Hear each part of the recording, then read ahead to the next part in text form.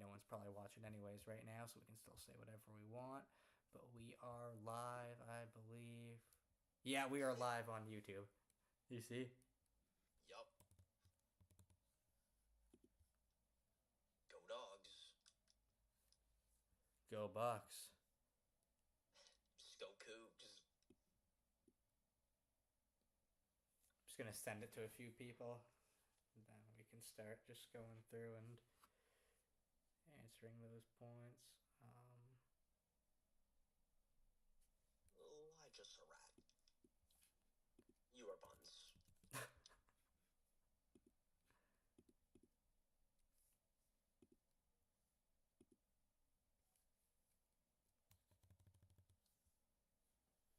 Why can't I hear? Like, are we even?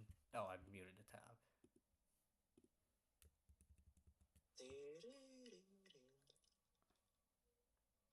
Like, let me go onto YouTube and see if this is even working.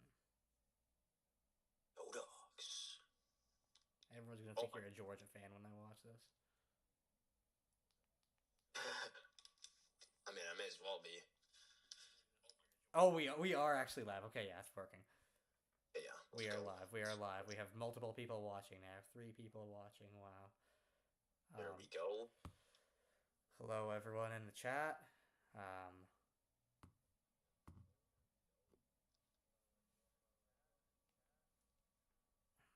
so, what is everyone's thoughts on Indiana winning the Natty this year? Just drop it in the chat. What are your thoughts on Indiana winning the Natty? Did you predict it? Was it kind of out of the blue, like a lot of people around the college football world thought? Do you think this is the most surprising champion of all time? Mateo, what are your thoughts? Do you think it was a shock to you, or did you think Indiana was going to win it all along? I mean, I wouldn't have said all along. I think they definitely were a title contender and were being very underlooked, like going into the season. I mean, I guess you knew the whole time. Not sure how you could have Uh, done that, but I wouldn't have even said I knew the whole time. I predicted them in the preseason Indiana would be the number one seed in the CFP, but that's only because I had doubts still that Ohio State could beat Michigan and make the Big Ten title game. But once Ohio State beat Michigan, I thought it was theirs to lose, and I did not see a world where they didn't go back to back. But Indiana, you can just never count that team out. You can never count Kirk Cignetti out. yeah, I agree. I mean, they just play. They have a lot of experience, a lot of grit, just stuff that you need to go on a 16-0 run like that, like they did. I know they had a couple of rough patches. I know they played good competition the whole season for the most part, but they had a pretty late scare against Iowa in the fifth or sixth week, and well, I mean, we saw what happened in Beaver Stadium Yeah. against Penn State with a good, unbelievable touchdown by Omar Cooper.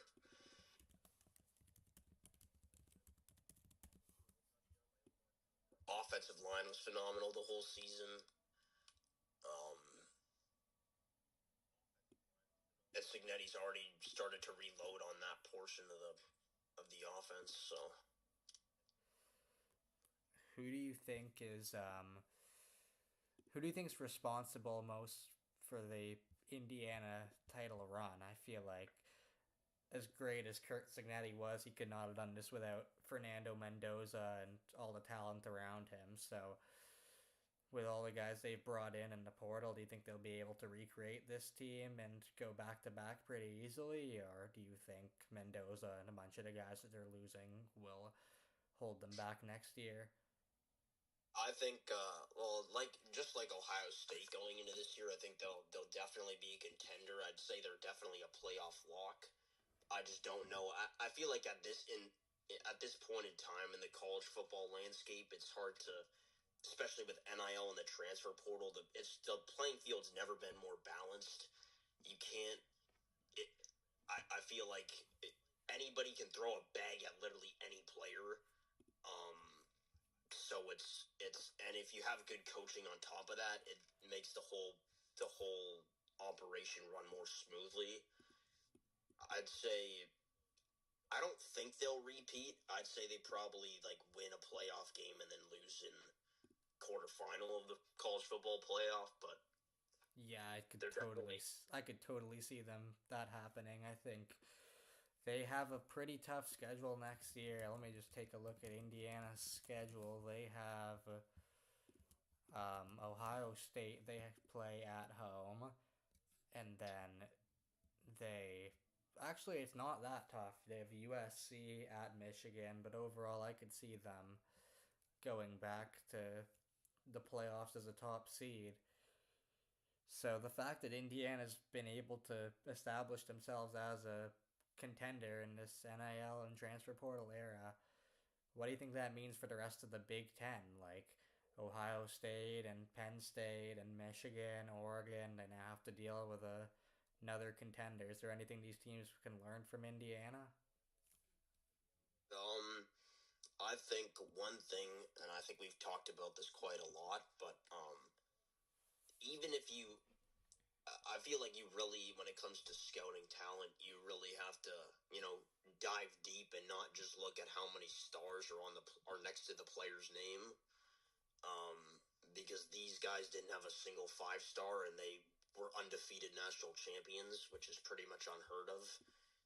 I don't think that's ever happened in history where Uh, where it's I could be wrong, but there's forget about undefeated national champions. There has never been a national champion who was ranked outside. I believe it was the top 15 in recruiting all 4 of the years prior to their championship. So this yeah, is unheard yeah, of.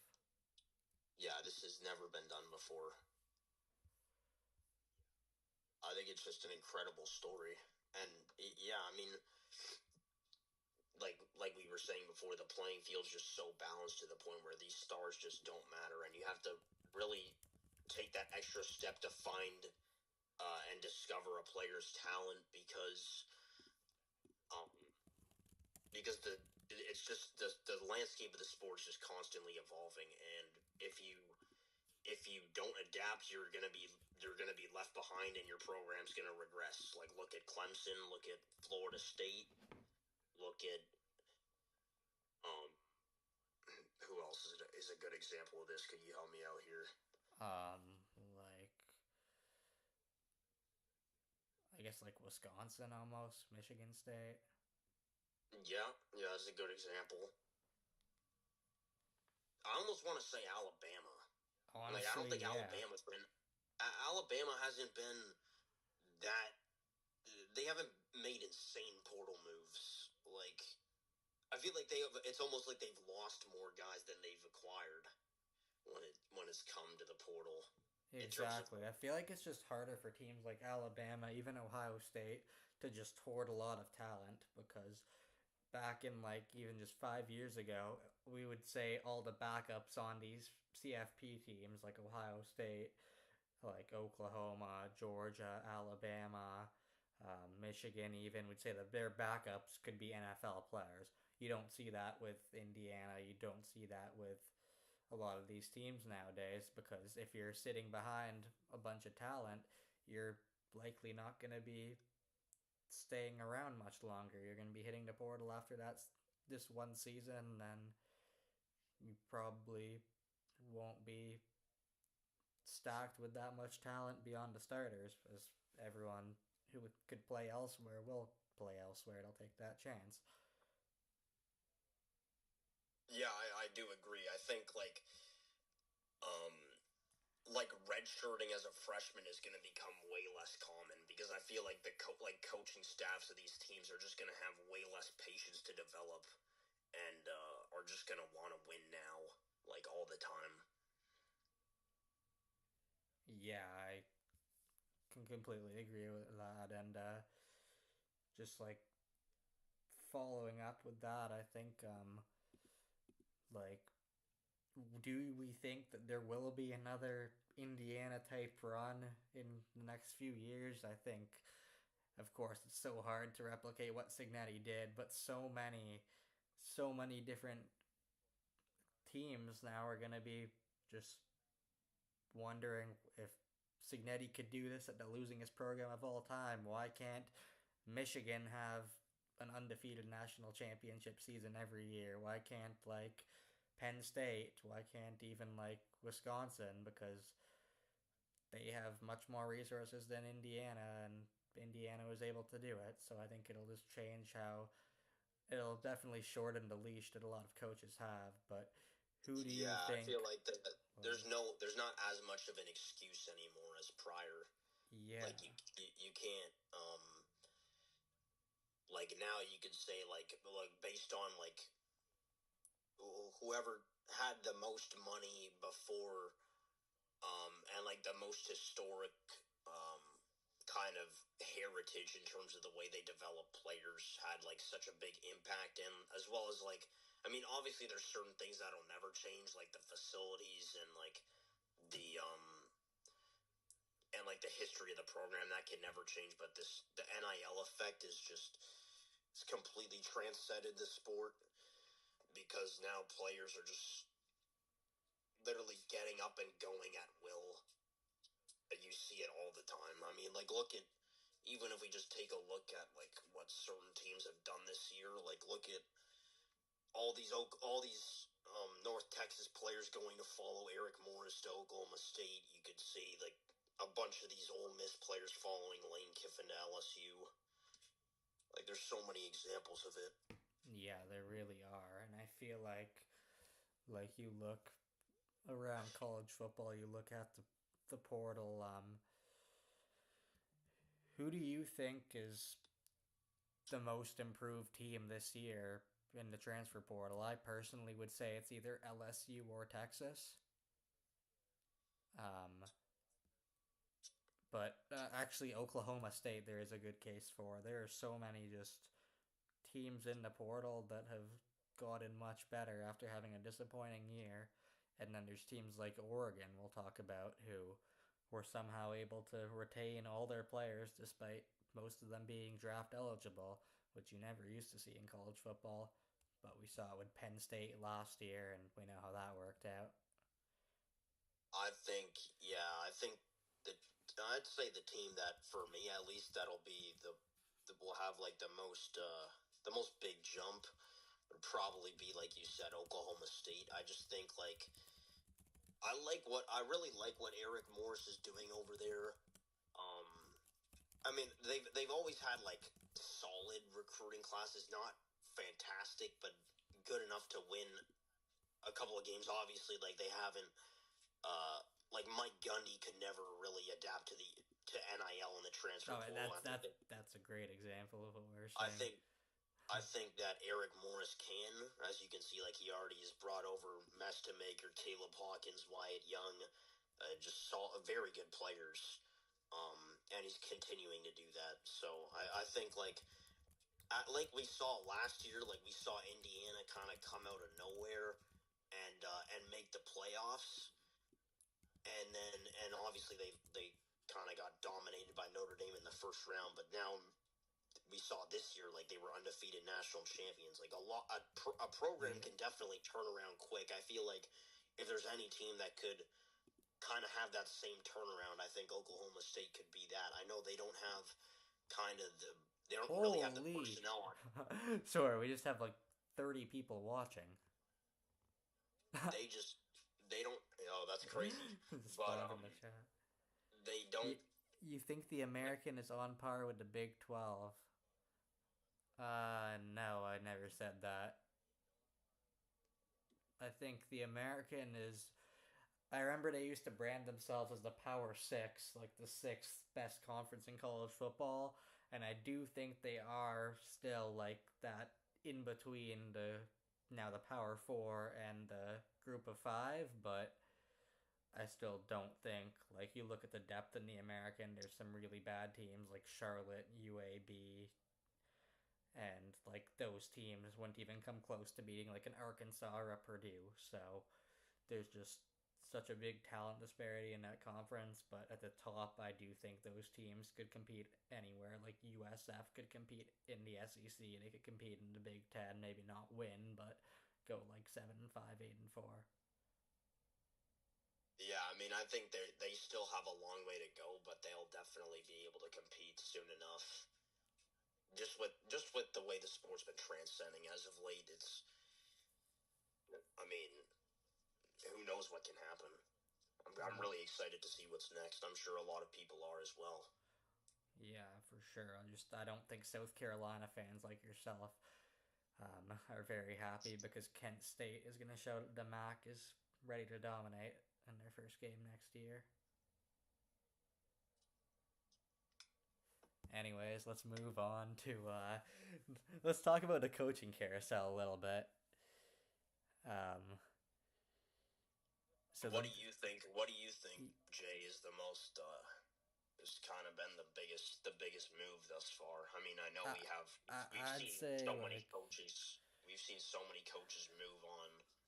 I think Lane Kiffin to LSU is getting all the headlines because mainly because of how he left Ole Miss and that terrible decision to leave during the playoffs with a chance to win a national championship. He leaves for LSU. I just think that was an awful decision, so that's why a lot of the media attention is on that. But something that's a bit more under the radar is the Penn State coaching change. They're bringing in Matt Campbell, and James Franklin's gone for the first time in 10 years. James Franklin will not be the coach at Penn State anymore.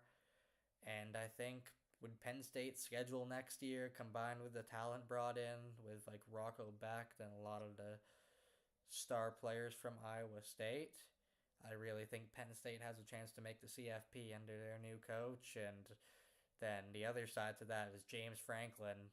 What could he possibly do in the ACC? I mean, he struggled in the Big Ten to beat the top opponents in the conference, like the Ohio States, and I don't think that he'll have that much of a challenge winning in the ACC because he's proven he could beat those mid-tier teams, which is what 90% of the ACC is. However, this Virginia Tech roster, like I thought they would get a lot more of the talent from Penn State, bring them over. They've really brought over just like one or two key impact players, so I don't think they're gonna be much of a contender, but who knows, they might surprise me. Yeah, I do agree with that for sure. And like, yeah, I mean, all three of those teams have seen a lot of change as of late. One team I thought was like another exemplified that very well. As I mean, we saw their playoff run was electric, and everyone was kind of became really a fan of them before they lost to Miami. But Ole Miss, and well, how do you think that Pete Golding is going to take over for Lane Kiffin moving forward? I know he had that small stretch there, but um, So especially if yeah, Chambliss gets another year. so I personally think Ole Miss is one of the most underrated teams in the country going into this year. I feel like the SEC as a whole, I am not as high on them as most, as you could probably tell why. Their 2-8 bowl record, their inability to make the national championship in 3 years, but Ole Miss is an exception to that. They have a great coach in Pete Golding who we've seen can win the big games. Like he's won, he's beaten more top 10 teams than half of the coaches in college football, and he's coached for 2 months. So even with the inexperience as a head coach, I think this guy's proven that he is a winner. He is able to coach this team, and this team is maintaining a lot of their top players, which is a bit of a surprise to me that guys like Trinidad Chambliss, Kawan Lacey, even like actually no, Suntaran Perkins is returning, right? Yep, yep, correct. Yeah, so Suntaran Perkins, Will Eccles, I believe, is returning. Like there are a lot of their key playmakers, of course. There are a couple guys that have gone to LSU, but overall, I think other than like Princewell Uman Mielen, probably said that wrong, but Yeah, no, that's right. That's right. I TJ believe that Daughtery as well. yeah, Winston TJ Watkins. Daughtery, I think he's a good player, but he's just like other than just racking up the tackles last year, I don't think he's that big of a game changer. I think he's slightly overrated, but like the stats, of course, speak for themselves, but like you actually watch him, he doesn't have that great of an impact as most people are expecting. But I think Prince will be a big addition, and I think of course LSU made tons of additions from other places like Jordan Seed and Sam Levitt, but that doesn't really affect Ole Miss, and Ole Miss still has their core. They still have Pete Golding, who won a couple playoff games, and I think they'll be back in the playoffs and hopefully making it a bit further than last time. Maybe they can even take the Natty home. Yeah, I mean that would be something to see for sure. I mean, like you said before, I would say it's kind of unlikely, but they do have a good group of core guys that can easily build around. Specifically, Kawan Lacey. I mean, this guy might be at least in my opinion. I mean, you could debate him and Ahmad Hardy. Now that Love is declaring for the draft. But I would say Love and Hardy are definitely, or not Love and Hardy, excuse me. Lacey and Hardy are definitely the top two best in the country currently. Um, I just think Lacey is definitely a bit more proven against a bit better competition, but um, Yeah, I think that Kawan Lacey in the playoffs was banged up. He was playing hurt. Kind of reminded me a lot of Jeremiah Love's playoffs last year. Because whenever they needed the guy to make a play, he still would. Like he was maybe 30% of his usual self, but when they needed him against Miami, he would make a play. When they needed him against Tulane, he was there. Like he was always just able to just break break break off one big run per game that would really flip the momentum. And I think that separates a good running back from a great running back, like being able to affect the game even when you're not 100%, because in the NFL, running backs are going to get banged up. That's just part of the game. oh, for sure, and that's why I feel like the position's kind of like it's definitely less valuable than it used to be. But I think I do think there's still a lot of valuability with the position. Like I think having a great or like a very great and qualified running back can turn a good team to even an elite team. Like just I mean, Ole Miss has always been one of those offenses that likes to run the ball, or at least they were that under Kiffin, and they still were that to a certain extent under Pete under the short tenure thus far with Pete Golding, but I think that'll kind of be their identity moving forward because Kawan Lacey is such a great player. Yeah.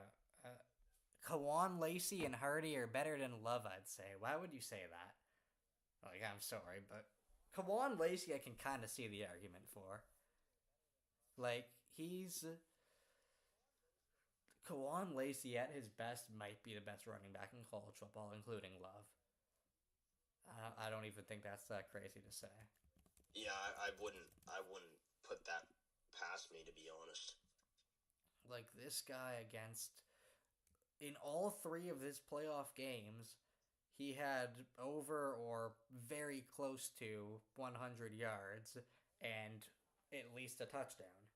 He had 94 yards and a touchdown against Tulane. He had 110 yards and two touchdowns against Georgia. And he had 107 yards and a touchdown against Miami. And he was maybe 30% of his usual self.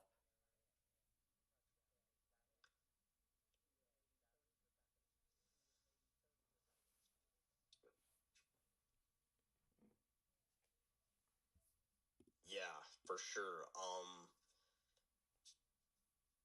Just I mean, we've covered a couple of coaches so far. Yeah. What do you think about? I mean, obviously the team up north being one of the the kind of the youngest teams in the country now getting a pretty established coach with Kyle Whittingham. I know he was at Utah for 25, 26 years. Um, he, I think, I think if anybody can turn around that program in its current state, I think it could definitely be Kyle Whittingham. especially because he didn't. Utah doesn't have nearly as many resources as Michigan, but Kyle Whittingham has brought over a couple of great transfers. He's also brought with him a couple of great coaches, including I can't remember his name, but the BYU defensive coordinator.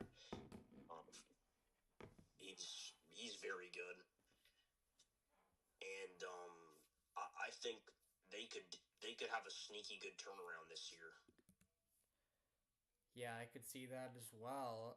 However, I think most importantly, I'm glad to see that the team up north finally has a coach with some integrity,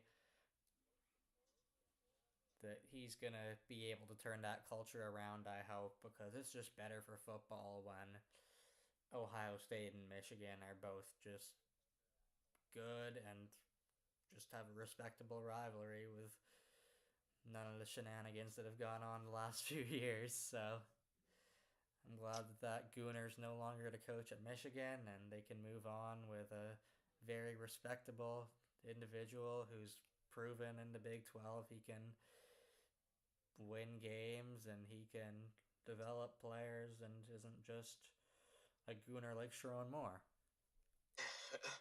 I do agree.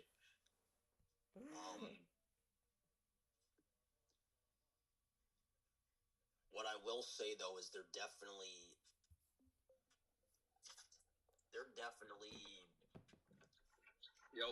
Yo, we're live. they still have a long ways to go. I just think how is Bryce Underwood going to develop in year two? Like, is he? Because we saw him this year and he definitely wasn't nearly as good as what his expectations were. And I think they've gotten a couple of really good recruits and transfers that could really help them out. Like Savion Hyder is really really good. If you guys haven't seen Savion Hyder's tape from high school, you should go check him out. He's very good. Oh, Despite yeah. him being a Michigan player, he's phenomenal. Very explosive, very good between the tackles. He can run you over too if he wants. He's a very good all around back. Yeah, I really like his tape. I think he is personally my number one running back in this class.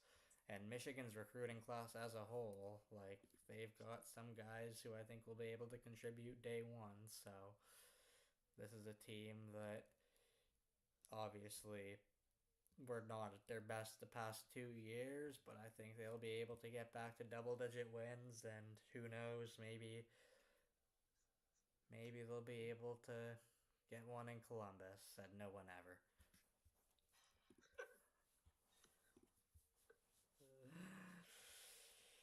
Yeah, there's no chance that Michigan's beating Ohio State. I'm sorry. I'm just trying to be positive for all you Michigan fans out there, but there's absolutely no chance. This is going to be like another 8 in a row. You can't say it until it happens. So Fair enough.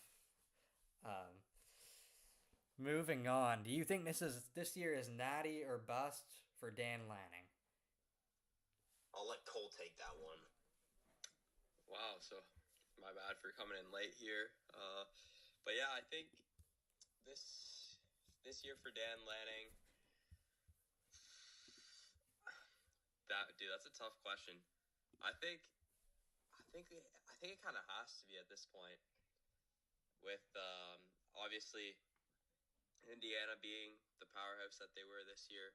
I think wasn't really anticipated by a lot of people in the college football world or in the Big Ten landscape.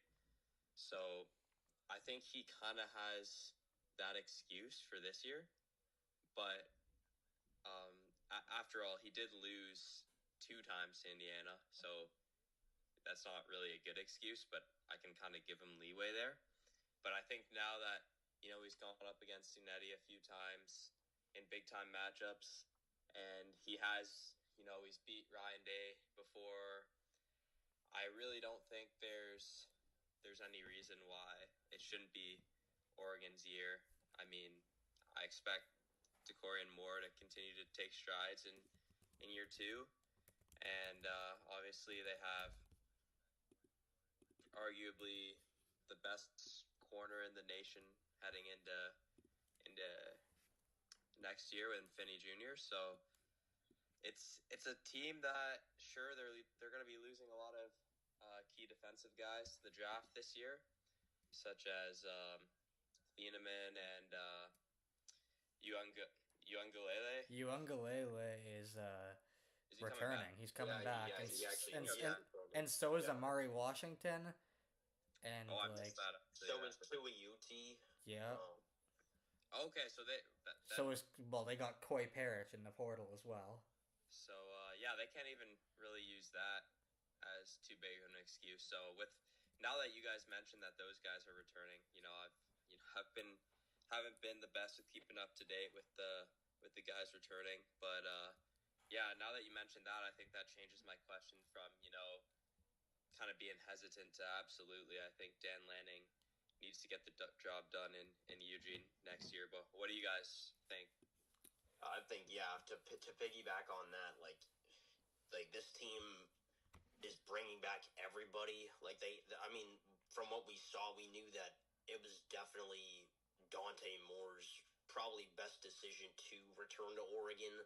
I just didn't think this guy was ready. He made some really boneheaded plays at times, and sometimes in the pocket just wasn't that great at protecting the ball. Mm-hmm. As we both saw in that Indiana game, or as all three of us saw in that Indiana game specifically, they are bringing back some very high-end talent, like at the running back position. Like, I mean, De'Aaron Hill and Jordan Davison might be probably one of the best running back tandems in the country. At receiver, they're bringing in Jalen Lott, but they also, they're going to get Evan Stewart back for another year. He didn't play at all this year. DeCorian Moore, we'll see what he can do in year 2. Can't remember, is Malik Benson returning? Malik Benson declared for the draft, I believe. Okay, yeah. So they'll lose that on him too, but offensively they look pretty sound, and on defense too. I think there's definitely not enough excuses on defense. Like they got like what Cole was saying, like Brandon Finney Jr. might be. I personally think Dejoun Lee is better, but I think in that class he's definitely very in the upper echelon of corners. And that other guy from Bama, what's his name? Xavier Brown. Xavier, yeah. But I'd personally say Leonard Moore's the best corner in college football, but that's a debate for another day. Actually, no. Screw Notre Dame. I'm not going to glaze any other guys anymore. But to agree with Mateo and kind of wrap this up, I think this team, now that, as we talked about, Washington and those key pieces on the D-line are coming back, I think this kind of gives me those Ohio State vibes the year before they won the Natty, and how they had a lot of guys they thought were going to declare who ended up coming back and really balling out, like Cody Simon in the playoffs. So I kind of get those vibes, which is why I will say I think it is Natty or bust for Lanning this year.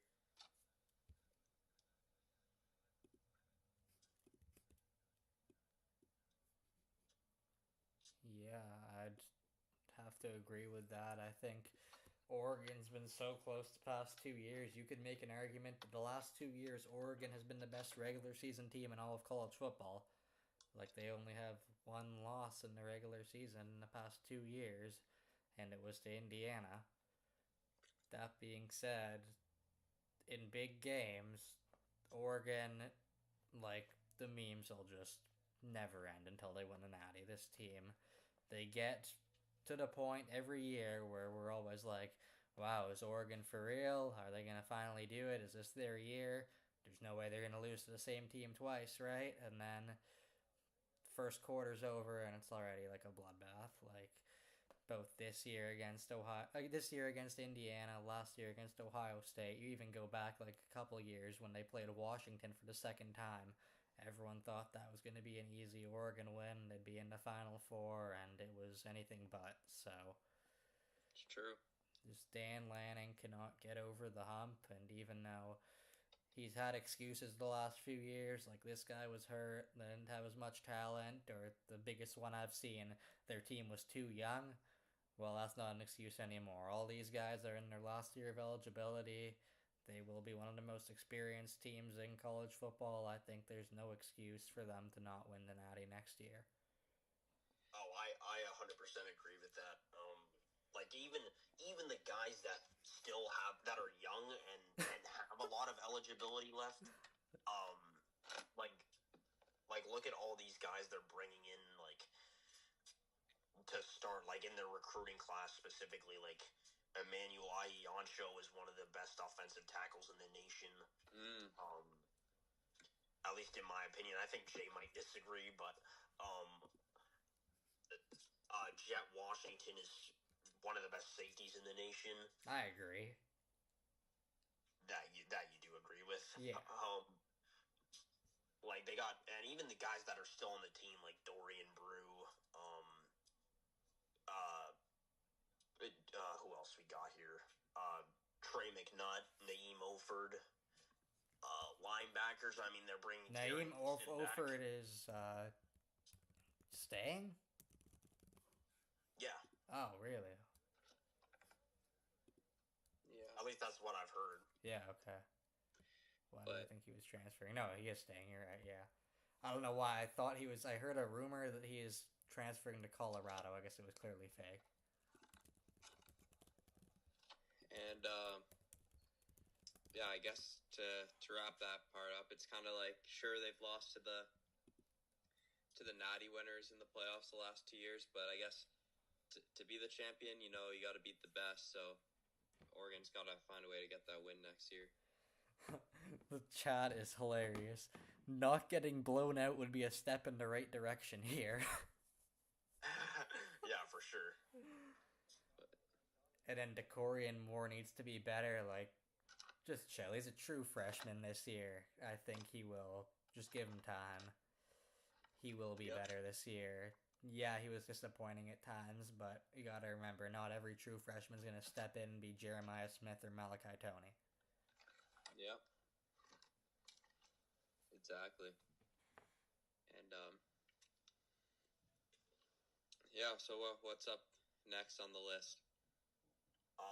What I had, I thought was a good talking point. Like, I mean, we've seen in the past couple of years, like we've always heard of the hype around like these teams in the state of Texas, specifically Texas and Texas A&M. I'm just curious as to what you guys have to say about specifically Steve Sarkisian and Mike Elko, as well as what they've been able to do in the transfer portal as of late.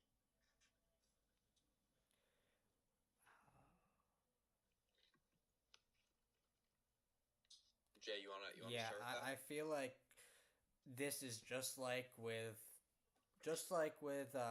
Dan Lanning. This is natty or bust for Sark. I feel like he's got to at least make it there, if not win, because all the talent they're bringing in, they already had probably the most talented roster in the SEC this year, and they are adding on top of that Cam Coleman, like.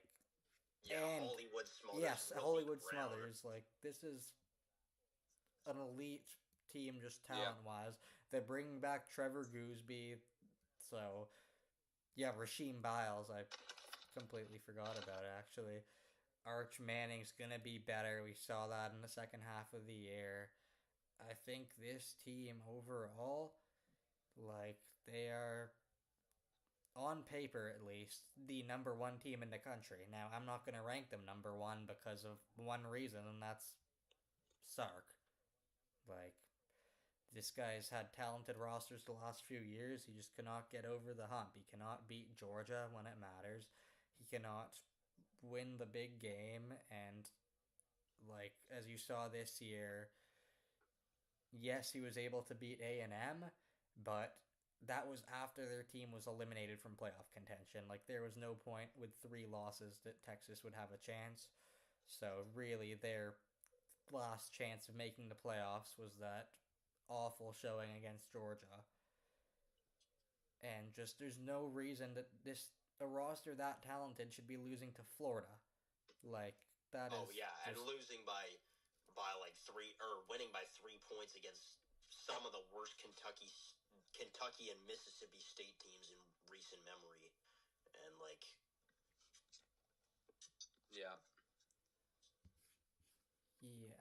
I just feel like they are way too talented to not at least like they didn't even make the CFP this year. You're telling me Texas wasn't one of the best 12 teams in the country? Like that's just completely wrong. So, Mm-hmm. and I don't even think they were robbed by the committee either. I just think the coaching and overall just in big games they have struggled to like they've had their chances against Ohio State. They had their chances. Ohio State's offense did not look great and Texas couldn't move the ball at all whatsoever. Yeah, they didn't they have before the Sawyer fumble return, they had first and goal from the 1 yeah, to tie the game. Yeah, I was talking about this year, but that works as well. Like that, Oh, they had sorry. so many chances too last year. I mean, I think Sark is a fairly good coach, but like you said, like this guy has never been able to win the big game. We see it time and time again, and this year it's not like they have a cakewalk of a schedule either. So Mm-hmm.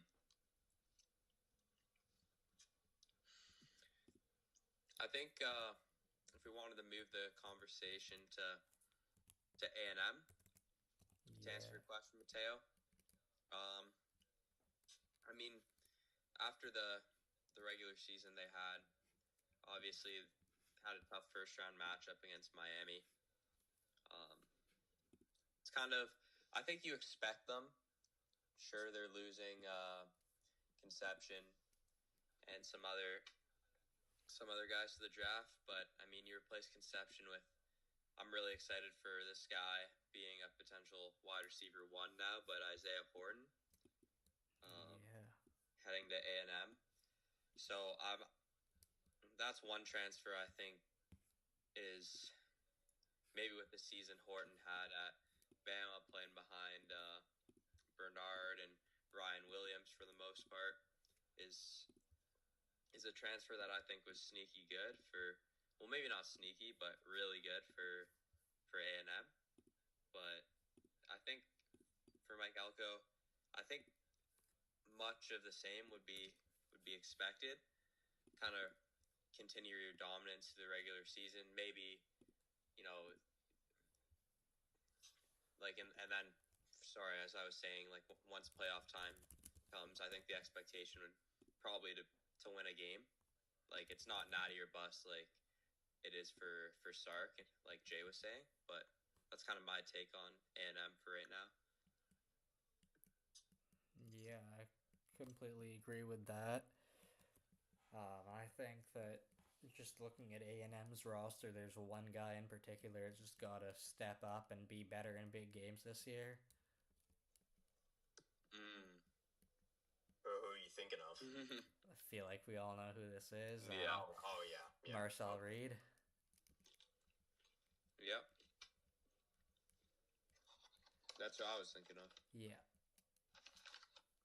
Yeah, I mean I feel like they've definitely revamped their offensive line a little bit. It's definitely going to look a lot different from this past year. I mean, they're losing. I can't remember. I think they're losing our Mosh Reed Adams. Um, Yeah.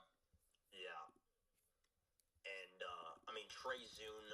I don't think they're losing him, but he definitely didn't have the best. Or he is declaring as well. They're losing him as well. Um, yeah, I think, yeah, their offensive line's going to look different. I think their offensive line coach is pretty solid, though. So, I mean, it'll look different. It might take a bit more time to get into a rhythm, but overall, they're pretty good. And on defense, I mean, I feel like a lot of the mistakes that they made this year on defense were because of like being too aggressive situationally, like Mm-hmm. against like Miami, for example. They were when Fletcher broke off those big runs, it was because like they they just didn't have nearly as many guys in run support because they expected Miami to not commit to the run and maybe force Carson Beck to throw a little bit, but I guess that just didn't end up happening, and it really cost them. So Yeah, I'd have to agree. What happened to the stream? Are we live? Like, someone in the chat say, it's just black, it looks like for me.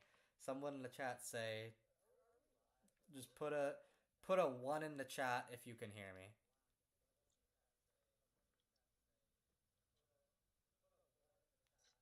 There's no one putting a 1 in the chat. I do not think that... What happened?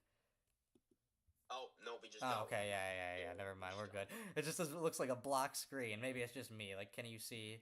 No, it is a black screen for me as well. Sorry, Jay, where's the link? It just is on our YouTube channel. Okay. Let me check it out. We had at one point like 30 people watching. Now I think it's like 5. But what's up, chat? Chat, who do we have winning the Natty this year? And I swear, if I see a South Carolina, I'm just ending stream.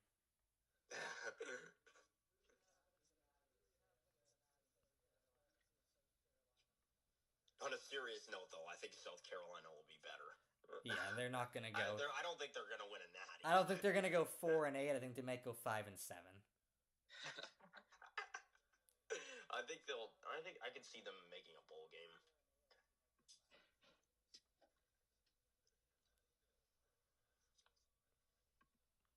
Yeah, I could as well, but not like... I mean, they're moving to a 9-game SEC schedule this year, so it's going to be a lot tougher. Yep. Definitely.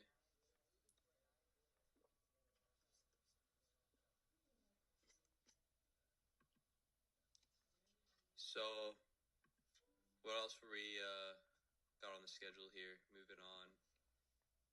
I think we talked enough about Texas ball. Yeah. Oh my god.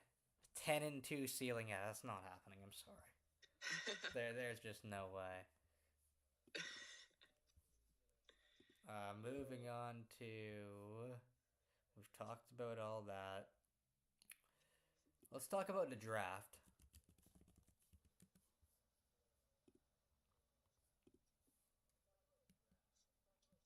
Okay. Let's do it. Risers, followers, that sort of thing. Yeah. Oh, I just opened up the chat right now. I'm just gonna...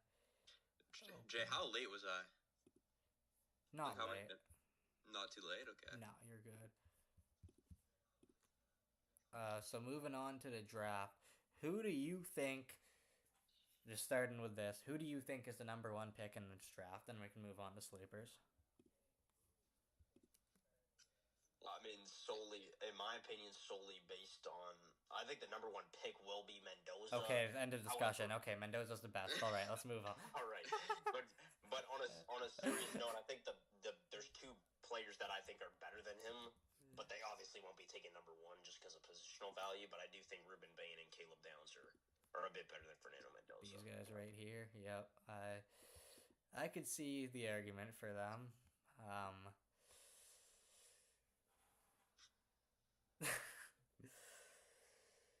Cole, yeah, just...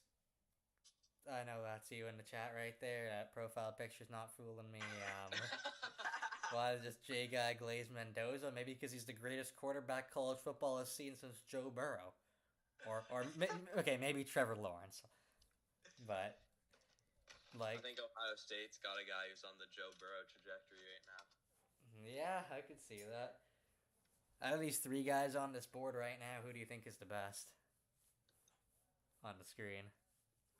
Keldrick Folk.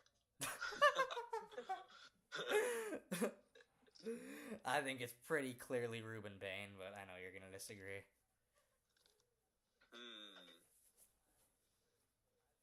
I think Ruben Bain has proven in the playoffs, like, this guy's a one-man pass rush. This guy is able to dominate the best O-lines in the country. He looks like an NFL pass rusher. He looks like almost a Micah Parsons, Abdul Carter type of prospect, where this guy's gonna be a top number one pass rusher on his team for his entire career. The floor is really high. I like just based on positional value as well. I do not see why anyone would take Caleb Downs over him. But in terms of pure talent, yeah, I guess it is a bit closer. Like Caleb Downs does have some generational tools and instincts for a safety, but I think Ruben Bain's one of the best edge rushers I've seen out of college. I just think that at least in my opinion, that Caleb Downs is a similar safety prospect in comparison to a Kyle Hamilton or an Ed Reed. Yeah, I love that. In terms of instincts, especially their abilities to plug the run. Not every single one of those guys I just listed rarely ever misses a tackle. I think that really has to be taken into perspective when you're evaluating a safety. Like, can you hit the hole? And when you do, you better hit it hard. As fucking wrong as that sounds. but yeah, I'd say he's good ball skills as well. Yep. I'm not helping my case here. But yeah, he's good all around. Oh, I do agree. Falk isn't half bad. He's just not in the stratosphere as these other two guys. But yeah, I don't really know why we have Keldrick Falk here. I think. Well, I just found this graphic online, but okay, I think Keldrick Falk is a solid second round talent. I do not think this guy is a cornerstone edge rusher for a franchise. Elite run defender, yeah, I agree with that. But just the upside isn't there. His get-off's too slow as well. Exactly. I just don't think he has the size. I just don't think he's nearly a good enough athlete. Yeah, I think you got at the next level. You got to be more than a run defender. And I don't think Falk offers that. But I agree with Mateo. Out of these three guys, I'll go with Caleb Downs, just because I think, as Mateo said, his instincts are second to none that I've ever seen. I feel like if you're an NFL GM, you can take this guy as high as you're willing to take a safety in the NFL draft. And as Mateo kind of hit on all the key markers with his analysis, but just his ability to not miss tackles, reliable run defender. I think there is room for growth within coverage, but honestly, I think, as I said, if you're willing to take a safety towards the top half of the first round or in the first couple of picks, and that's a hole that needs to be filled within your team, I think the floor with Downs is also incredibly high. So I think whether you go with Bain or Downs, either if you need help in the secondary or on the D line, both those guys are interchangeable pretty much. Yep, I'd agree with you there. So let's just talk about quickly the biggest risers and fallers from the college football playoffs in terms of their draft stock. I think a lot of guys on Indiana, a lot of guys on Miami have proven that they're a lot higher. They should be drafted a lot higher than the consensus said, as they've both took their teams to the championship game. But there's also some guys on teams that exited early who kind of were main reasons why they got eliminated. Then I think a few of those guys, you can drop some names in the chat who you think are not as good as advertised and who exceeded expectations in the playoffs, but maybe we could go around and name one for each. Yeah. Yeah, Cole, do you want to start? Well, yeah, I guess I'll start by talking a bit about the guy on the screen, D'Angelo Pons, someone who I was high on for a really long time as being like I wouldn't mind him as a day one pick in the NFL draft. I know that's even as much as I think he's shown out the past few games. I don't think it's too realistic to see him go day one, but for sure day two. But I mean, I think I could pull up his stats, but I'm pretty sure he had 7 interceptions. You saw his playmaking ability at the start of the Oregon Indiana game.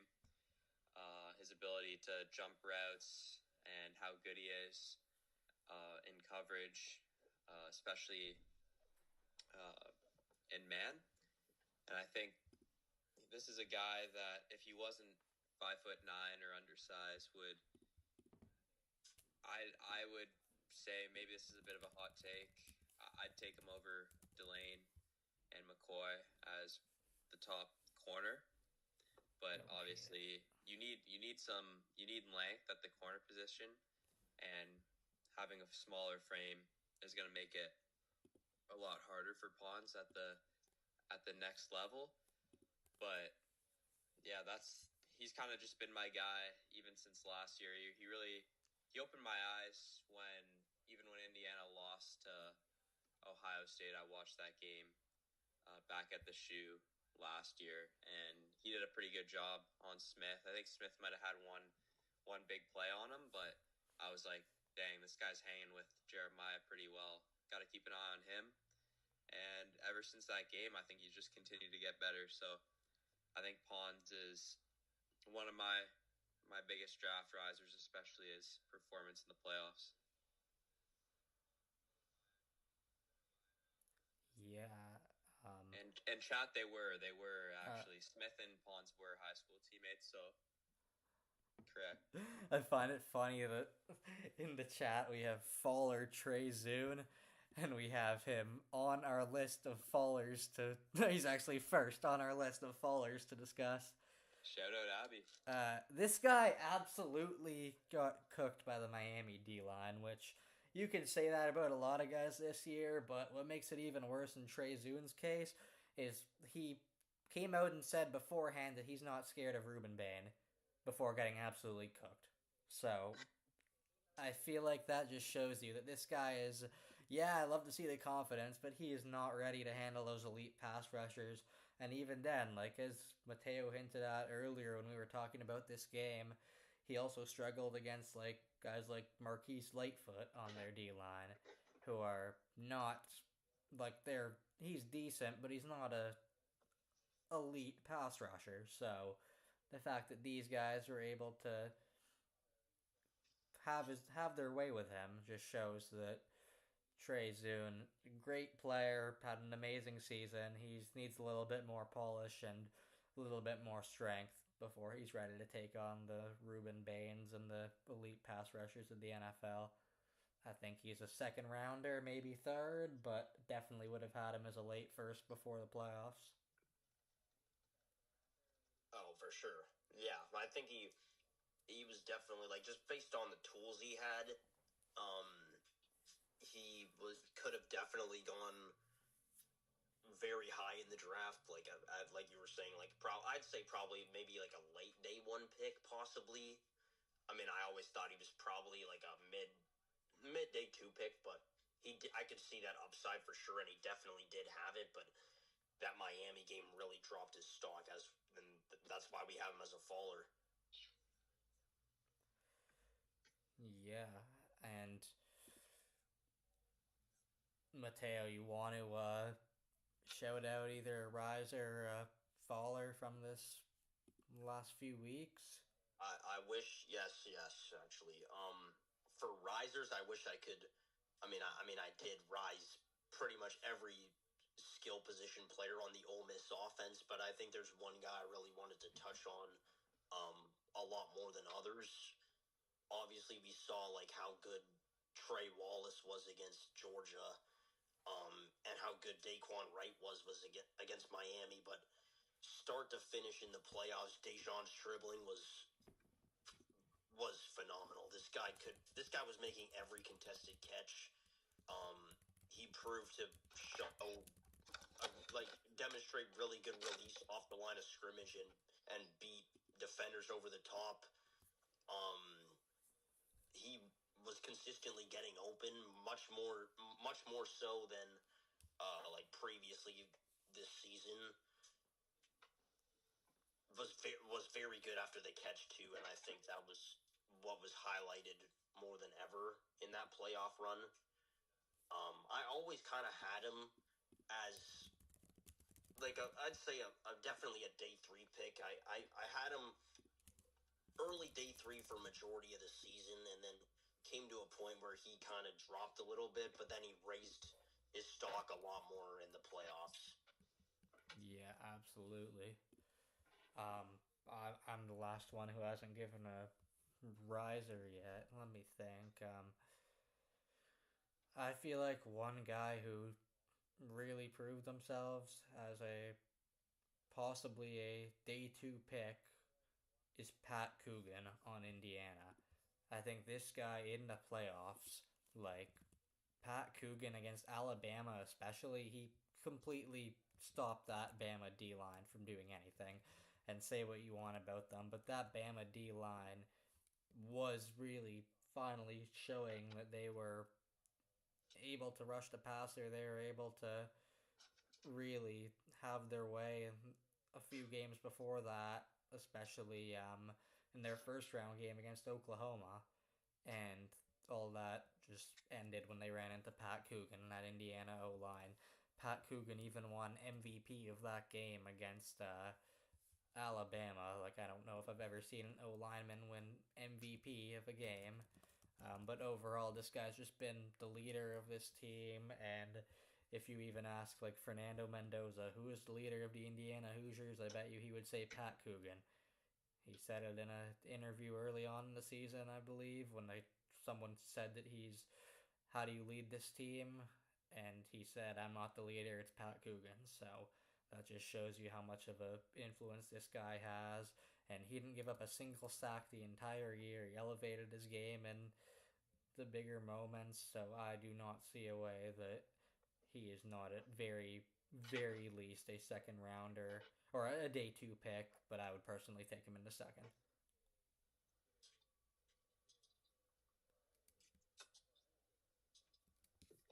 Yep, I like that. You I like two that have enough. any fallers? Fallers.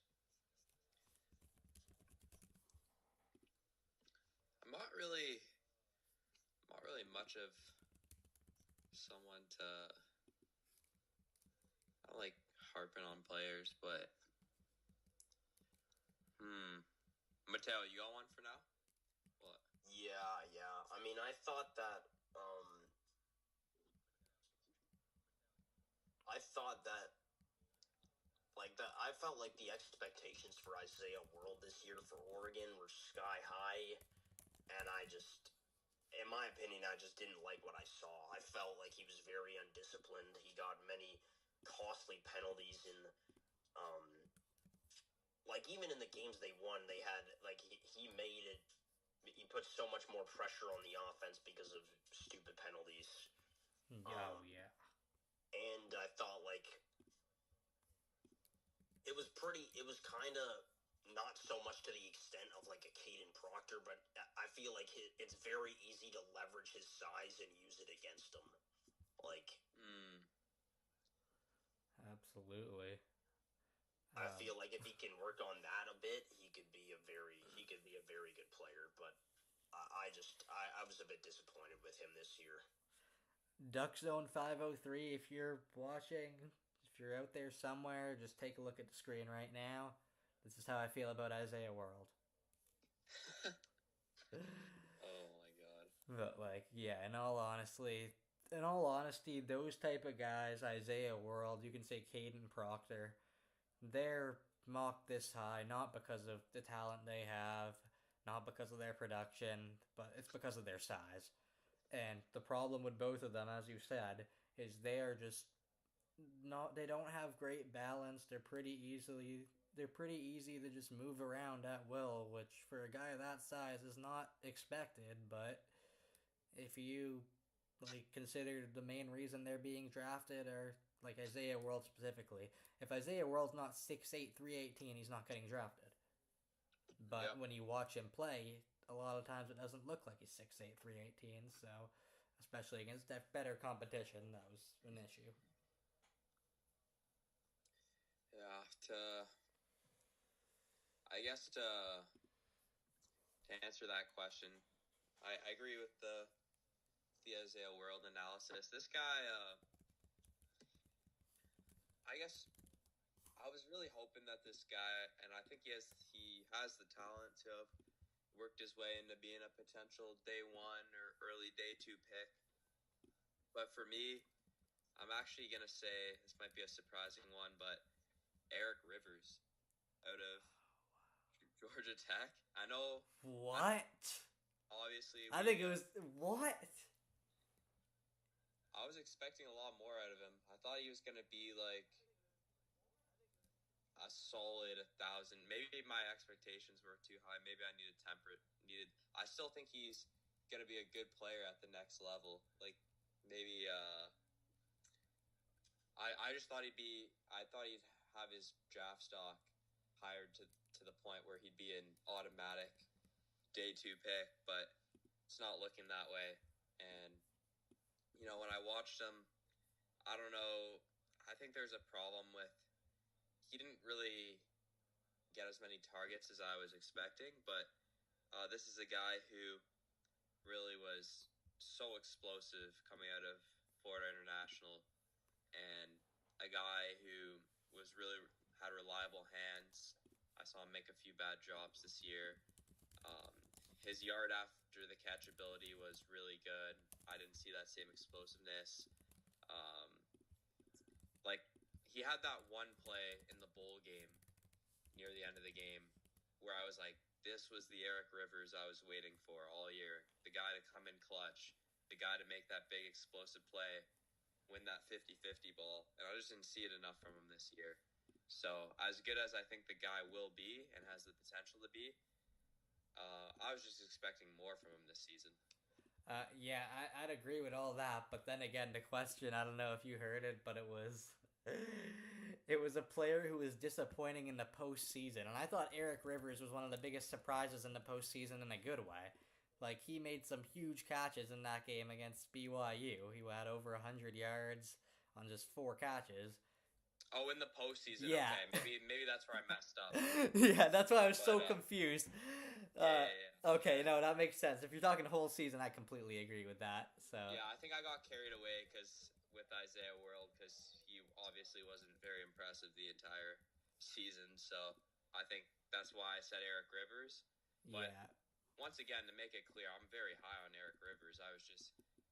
And obviously he did ball out against BYU. I was just expecting to see that playoff version of Eric Rivers consistently during the regular season. But if I were to pick a guy from the playoffs, and since I've yapped a lot already, I won't really go you're good into this one. But I'd say I'd probably say Ty Simpson, to be honest. Because let's go. I'd love if you could go into that one a bit more, because I'm not a big fan of that guy at all. He didn't have too many defining moments. Obviously, he went out of the game early against Indiana. Didn't really do much until that point. And he just, even in their win against Oklahoma, he didn't really have to do too much. The defense had that big pick six to tie the game by Zayden Brown. He also he didn't start on time against Oklahoma either. They went down early, and I thought Bernard made some big catches in that game that made him look good, and he just wasn't impressive. When he was under pressure, he didn't really know how to function. So I'd probably say Ty Simpson. Yeah, I'd have to completely agree with that one. I mean, Ty Simpson, other than a few games in the middle of the season, I do not understand the first round hype with this guy. Like, say what you want about quarterbacks being overvalued, but I just feel like I don't think there's been a single quarterback it's been hyped up to be a first round pick that I really have not seen the upside with in a while. Like, I really, if one of you could explain what you see upside wise with him, that would be great. Or even anyone in the chat. I think he has a lot. Like, he's very good. Because I feel like it kind of contradicts each other. Like he's very good at diagnosing a play pre-snap, but then he's also just such a big risk taker. Like when the ball's already snapped, he'll just at times just make the completely wrong decision. And I think that's kind of his struggle. But he does have good tools in my opinion. Like I mean he isn't he can definitely move a little bit. Not to the extent of like a Haynes King or like a Kevin Jennings, but he can definitely move. Yeah. I think he does have good arm strength too. I really like his deep ball. Again, I think he showcased that a lot against Oklahoma. You like his deep ball? Time. Pardon? You like his deep ball, really? Yeah. That's I'm just gonna find this stat. Hold up. Oh my, here we go. Ty Simpson's deep ball. I believe it is the worst in the history of college football. Just statistically. I think it's like 3% or something. The reason I like Simpson is also he has I don't care really if this sounds corny, but he's a good leader. He's a proven this guy is a workhorse, and I think you can't really overlook those things either. I think good QBs at the next level have both of those things. So I got to give him marks for that because the guy is from what I've heard when he's out on the people love to go to war for him. So his teammates love to go to war for him. And, they really, really did go to war for him against Indiana. Like you saw, that team was playing with a passion. Yeah, I mean, what I think I really like his deep ball, and a lot of the reasons why he couldn't connect on that deep ball, even though a lot of the time it was thrown with, I don't want to say pinpoint accuracy, but it was definitely a catchable ball. His receivers had 30 drops this year. I know not all of those were on deep passes, but I can, at least just based off the top of my memory, I can remember at least 7 or 8 passes he's thrown deep balls on, and the receivers just dropped them. So, Ryan Williams. Yeah, exactly. Oh, yeah.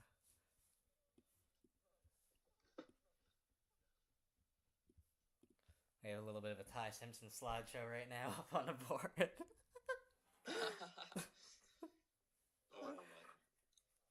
What are your thoughts on that? I mean, the 20 to 30 yard throws, that's not a bad completion percentage. 60%, that's solid. Say he's good at layering. He's solid. Yeah, short to intermediate throws, he's great. But they'll take that away in the NFL. Unless you're playing the Jets. But he'll be playing for the Jets, so that won't be a concern.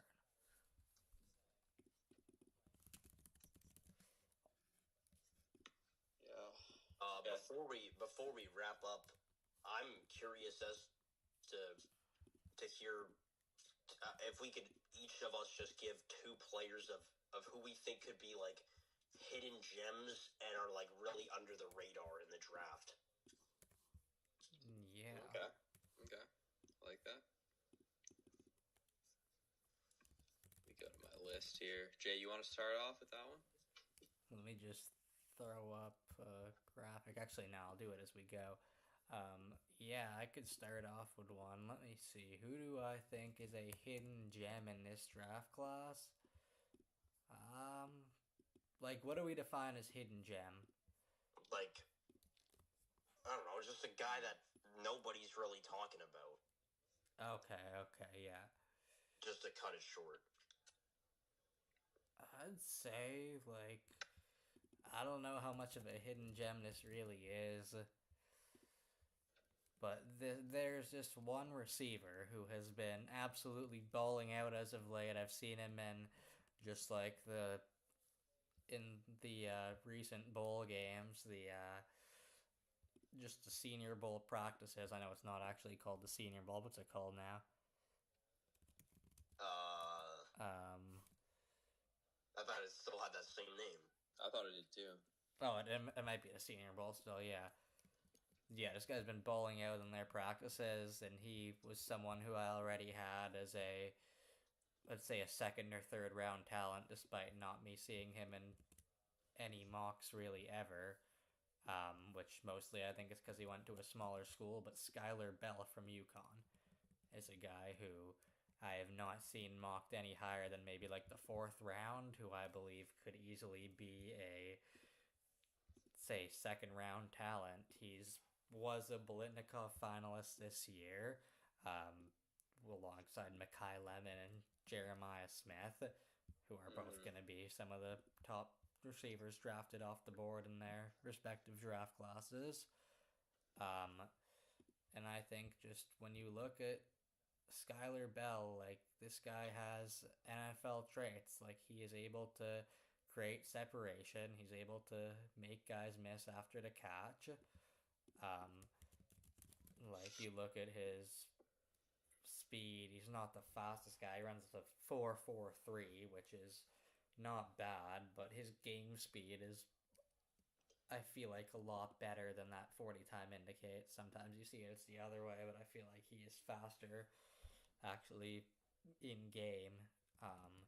And yes, I know it was against very bad competition, but this guy's stats this year, he had 1,282 receiving yards and 13 touchdowns. Those are among the top 5 in the country in both of those categories. And yeah, I know he played at UConn, but if you look at what he did against even Power 4 competition this year, like, this guy had a good game against Duke, for example, the ACC champions. Like, this is a very good NFL receiver who I think has wide receiver 1 upside in the NFL. Yeah. Yeah, I like that pick a lot. I do like that pick as well. Who's your second? And my second, that's a tough one. I'm gonna have to think about that. There's a few guys, but I don't know if they're really sleepers. So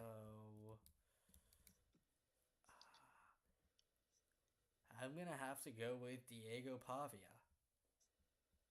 Said absolutely no one ever. Got you for a second there. Honestly, I don't want to go with an Indiana guy because we've talked about them way too much already, but I might just have to. You know what? No, I'm not going Indiana. I am going with. I've seen Akeem Messidor mocked in the first round way too much for me to say he's under the radar, so I'm not going with him. I've just got to do it. I'm going Aiden Fisher. So, like, Aiden Fisher, yes, I know he wasn't like a highly rated player out of high school. He really didn't do much in his first few years. He was at JMU, I believe, and barely even played or produced there. And, like, you look at what he's done in his career, it does not scream like draftable player. But just this year alone, and even last year at times, this guy has looked like the best player on Indiana's defense for a lot of the season, both this year and last year. He was the leader of this Indiana defense. This guy's, like, can do everything. He really doesn't have a flaw in his game. And I feel like in terms of like he doesn't miss that many tackles. He doesn't like like he doesn't make as many mistakes. He takes the good angles to the ball, and he's always just making up for his size and for his just lack of athleticism with his IQ and with him just always being in the right place.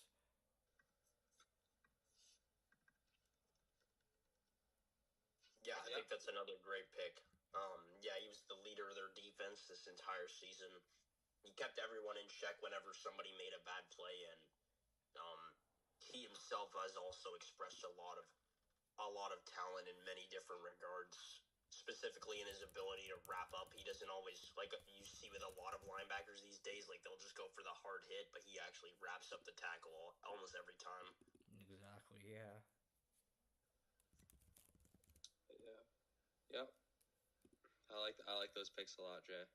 Good stuff. Mateo, you want to go next, or do you want me to? Um, yeah, I could go next. I think one guy. I know Jay definitely likes this guy a lot, but a guy I haven't seen mocked higher than maybe the fifth round is actually Michael Trigg, the tight end from Baylor. I think this guy, he still has some room for improvement as a blocker. Definitely not as a run blocker, but as a pass blocker for sure. Um, but this guy is just this guy. I've seen this guy make some crazy catches at the tight end position. Yes. And he's great with the ball in space, like like great athlete, like you know 6'4", 240, can move.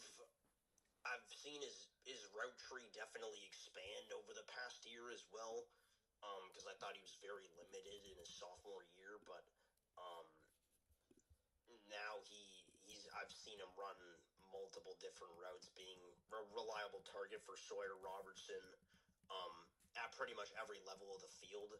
Um, yeah. And you can't say the same about a lot of tight ends in the country. So. I like that. And then for second, I would say this is a guy that, I mean, we have higher than most, but he's still not being talked about a lot. And I haven't seen him mocked very high anywhere. But Emmanuel McNeil-Warren, the Toledo safety. This guy, I know people say, well, this guy's from Toledo, but when you actually put on the tape, this guy's tremendous. He has great ball skills. He doesn't really give up anything after the catch as well, which is really important for a safety. Like he rarely ever gets beat over the top. He has great instincts. Can plug the holes in run support. Has very solid technique too, because I've seen a lot of safeties struggle with that as of late. And he's just really great all around. A lot of people, yeah, like I was saying before, question his competition, and to an extent, that does definitely make sense. I mean, being from Toledo, Quinion Mitchell had kind of the same concerns as a corner coming out of college. But we've seen what he was, what people were saying about him, and what he was, and now what he still is. And I think Emmanuel McNeil-Warren can be the exact same way. Yeah, he's someone I'm also really high on, I think. Yeah, me too. I think that he's likely going to go in maybe the 5th or 6th round, but I could see, like, I could justify taking this guy in the 2nd or 3rd just based off talent alone. And yeah, people will say he went to Toledo, but you said, yes, Toledo has produced some good NFL players on that side of the ball before, and their defense, when you look at just the raw numbers, they stack up with anyone in the country this year. Like the secondary especially gave up one of the fewest passing yards per game allowed. And yes, that's against MAC competition, but they also held their own against Kentucky. They held their own against Louisville. That's a very good Toledo defense, and that's the leader of it right there is Emmanuel McNeil-Warren. Yeah, I Abby and Chad agrees a lot with that pick, Mateo. So good stuff. And I do too. But I guess I'll give my two guys who I really like. I guess this first guy, I don't know if he's too much of a sleeper now as he was a little while ago. But this for me would be Chris Johnson out of San Diego State. I just think whenever I've watched his tape, he's just really feisty. He's like, for me, he's almost a pawns with the length, if that makes sense. People will say, "Oh, he played in the Mountain West," and I can, I can. It's funny because people didn't say that about Genty, and people said as a Packers fan, "Oh, Jordan loved this, Jordan loved that." He's been a pretty good QB out of the Mountain West, so I think obviously I said that to annoy Jay, but this guy. Let me pull up some stats. He allowed a 16 passer rating, 4 picks. He only missed a handful of tackles all year. As Mateo said with McNeil Warren, he rarely gets beat over the top, rarely bites on double moves. Terrific in man and zone, and just a guy that what I don't like about a lot of corners and who have come out of college recently is they'll give away the underneath stuff relatively easily, but and this is what I like about Mansour Delane and Chris Johnson especially. They don't give you anything easy. So Johnson is, I think PFF projects him to be a second rounder, which is a lot higher than what they had him before, but that's one guy who I really like. And moving on, I'd say this is a deeper sleeper for me, and I think PFF has him around the 5th round or so, but I'll have to go with Malachi Lawrence. Oh, yes. UCF. I think this dog. I think his pass rush is one of the best skill sets out of any edge, and I think he's in a class with a lot of good edge rushing talent. I think it's pretty easy to bury this guy, but I just think for the most part he is just a special. It's a very gifted edge rusher, and I'll pull up some more stats. Here he had 7 sacks, 30 hurries, and he's really long. I'm pretty sure he has one of the longest frames at edge in this draft. He only batted 2 passes, but he's consistently in the eyes of the QB. He's a disruptor,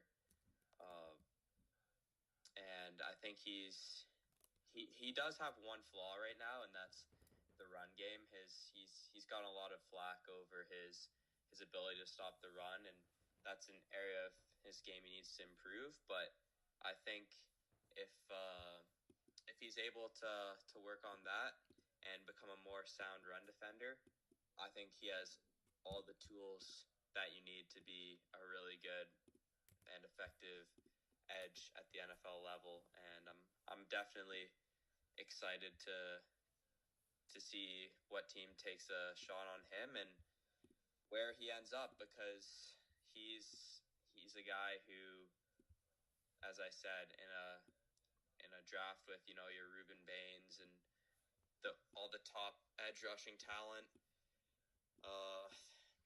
that there is in this draft, he's a name that probably won't be called until the 5th or 6th round, but is one that I think is a guy who I think could go a lot earlier.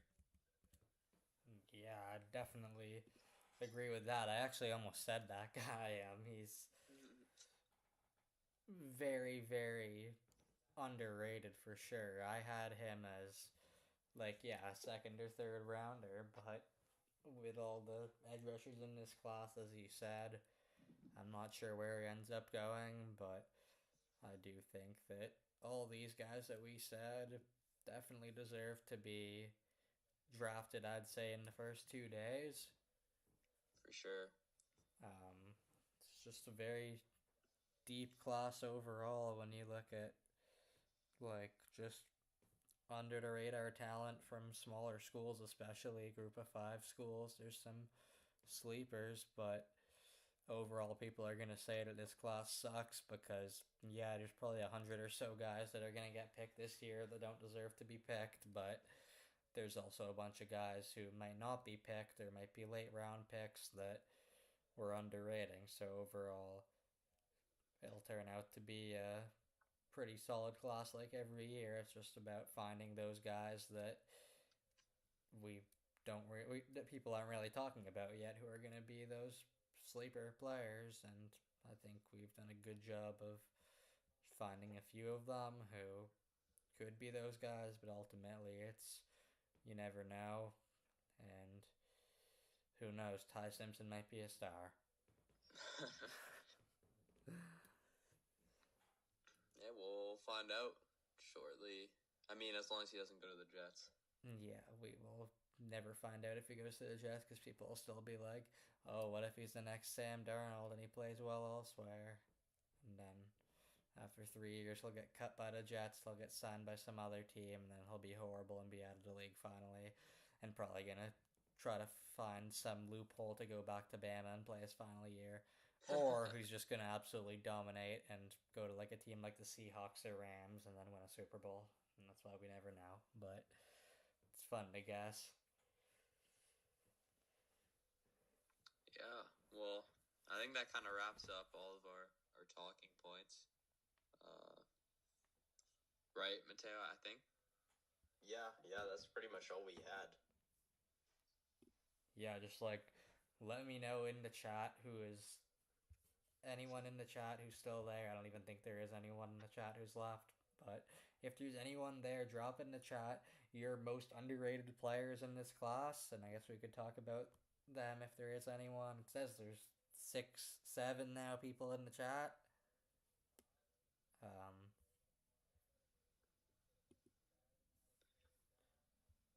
There's clearly not because no one's responding. It's probably us. Hello. One in the chat if you're still here. Otherwise, I think we're good to go.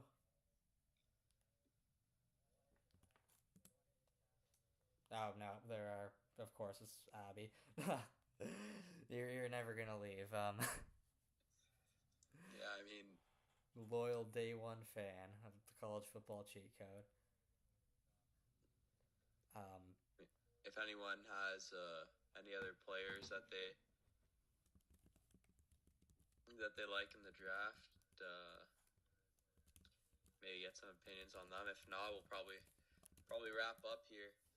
Oh my god, Brandon Cisse is so overrated. I do not see that. I do not see what you see in this guy. You tell me what you see in Brandon Cisse, and I will honestly I will prove you wrong because he's not that good. But just tell me what you see in him. Honestly, I'm not trying to be mean or anything, but what do you see in Brandon Cisse as a prospect that could translate to the NFL?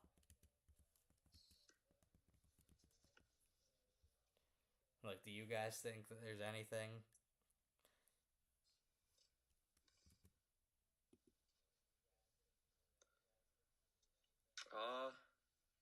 Mateo, do you wanna hop in? For me, it's. I mean, I haven't really read my report. Let me see the report, because what I saw from Brandon Cisse, I'll be honest, is he got absolutely cooked by Kevin Conception, and then they moved him off of Kevin Conception because he was getting so badly cooked, and they moved him onto Ashton Bethel Roman, and he got cooked even worse. No, I mean, her analysis is really good about it. I can't even lie. Yeah. All right, let's see. Projecting as the 30th best corner on our draft board, Brandon Cisse is a long, explosive press man corner who erases receivers in man coverage. His length and physicality at the line of scrimmage disrupt route timing, and his recovery speed allows him to stay in phase even when his technique breaks down. I mean, I agree. His technique is not good at all. He does have good recovery speed. He's an aggressive downhill defender against screens and perimeter runs. I agree with all that, but the problem there that I have with that is he is a cornerback and his best attribute is run defending and like at the line of scrimmage. Like he is not great in coverage, I feel like. And like overall I think he's really good in man, but he really needs to work on his zone coverage. Like press man as well, he's really good, but yeah. zone, I just don't like what I feel like he's just because of that. A lot of GMs are gonna kind of not take the risk with him as much upside as he has. He just has so much room to improve on with zone coverage specifically. That's kind of my takeaway with him, but Yeah, I agree with that. And I also don't think the guy's as polished as a tackler as you'd like Yeah. for like a first or second round pick. Yeah, I think, what did I see?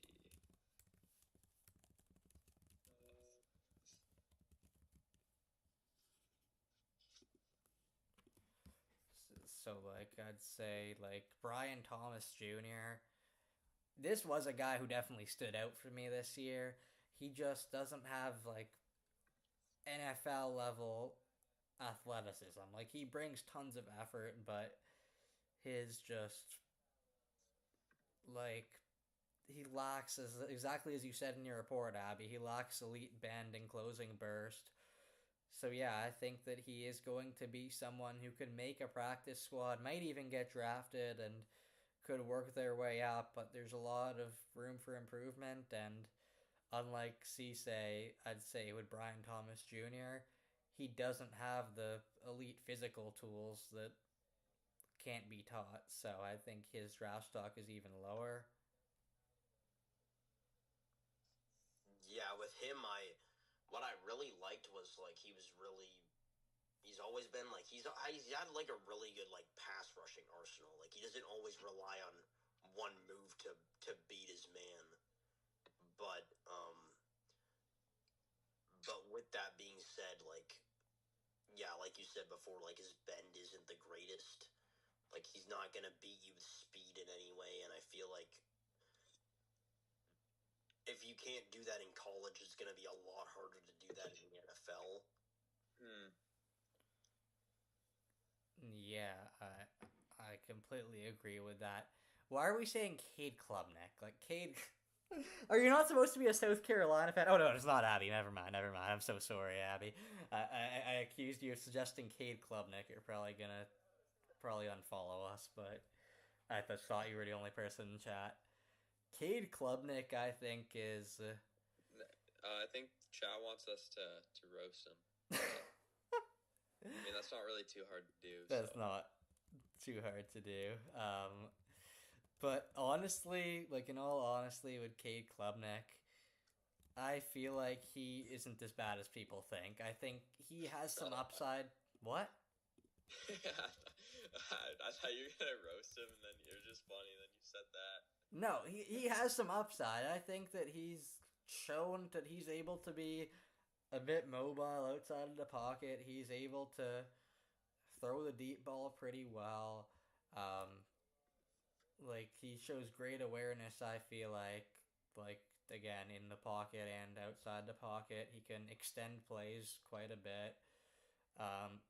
The issue I'd say with him is, of course, like some of his decisions he makes aren't great, like just like turnovers and